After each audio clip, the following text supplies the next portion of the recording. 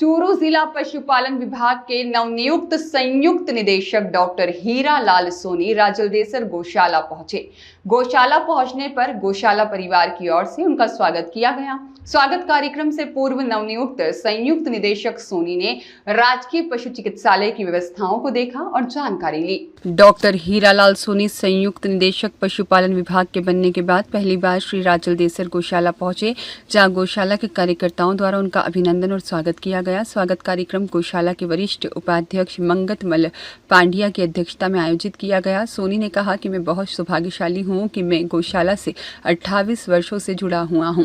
अधिकारी के तौर पर नहीं, एक कार्यकर्ता के रूप में गौशाला में जिस प्रकार से धरातल पर कार्य हो रहे हैं उस कार्य से जुड़ा हुआ हूं। गौशाला के द्वारा लगातार नवाचार किया जा रहा है, वही प्रदेश भर में एक अनूठा उदाहरण है। जिले के अधिकारी भी कहते हैं कि कुछ करना है और सीखना है तो श्री राजलदेसर गौशाला की तरह धरातल पर कार्य करो।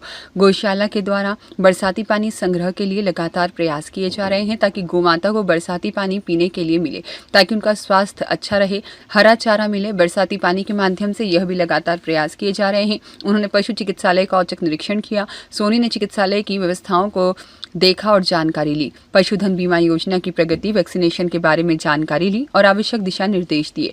अन्य विभागीय गतिविधियों पर भी विस्तार से जानकारी ली। निरीक्षण के बाद स्थानीय पशु चिकित्सालय के कर्मचारी और गौशाला के प्रतिनिधियों ने उनका दुपट्टा पहनाकर स्वागत किया। गौशाला परिवार की ओर से वरिष्ठ उपाध्यक्ष मंगतमल पांड्या और साथ ही मंत्री ललित दाधिच, रतनलाल बारूपाल, कोषाध्यक्ष परमेश्वर फोगला, मुकेश श्रीमाल, परमानंद प्रजापत, मांगीलाल प्रजापत ने दुपट्टा और शॉल पहनाकर स्वागत किया।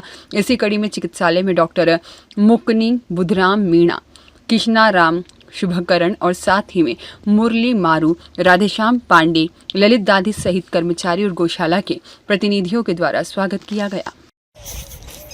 डॉक्टर साहब, आज आप संयुक्त निदेशक का कार्यभार संभालने के बाद पहली बार गौशाला के औचक निरीक्षण पर आए, तो आज ये जो आपने खेत पे कॉन्सेप्ट देखा है, इसमें आपका क्या कहना है?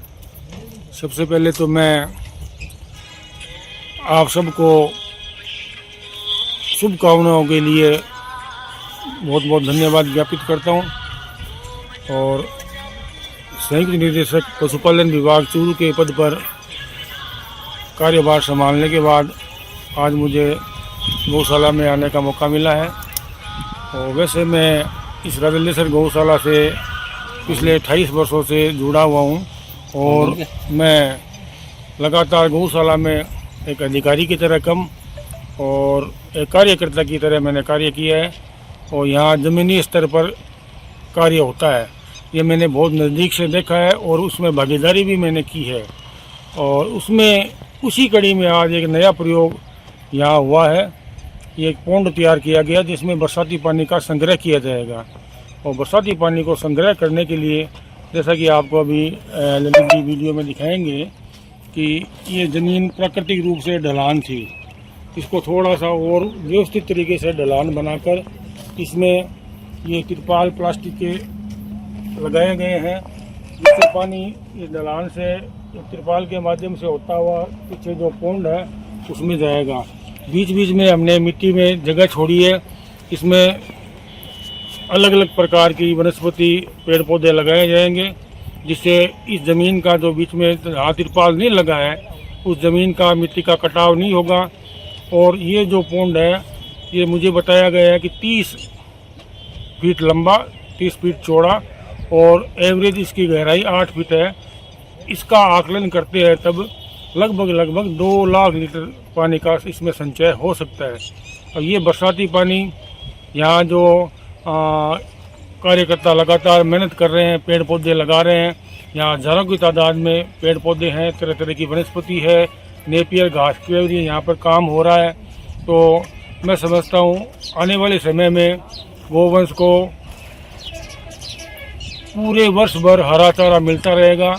और हरा चारा अगर मिलता है तो गोवंश के स्वास्थ्य में बेहतरीन सुधार होगा, गोवंश बीमारियों से बचेगी, न्यूट्रिशन की कमी नहीं होगी, गोवंश में प्रजनन की कोई समस्या नहीं आएगी और गौशाला खाद्य के मामले में, संतुलित आहार के मामले में आत्मनिर्भर होगी।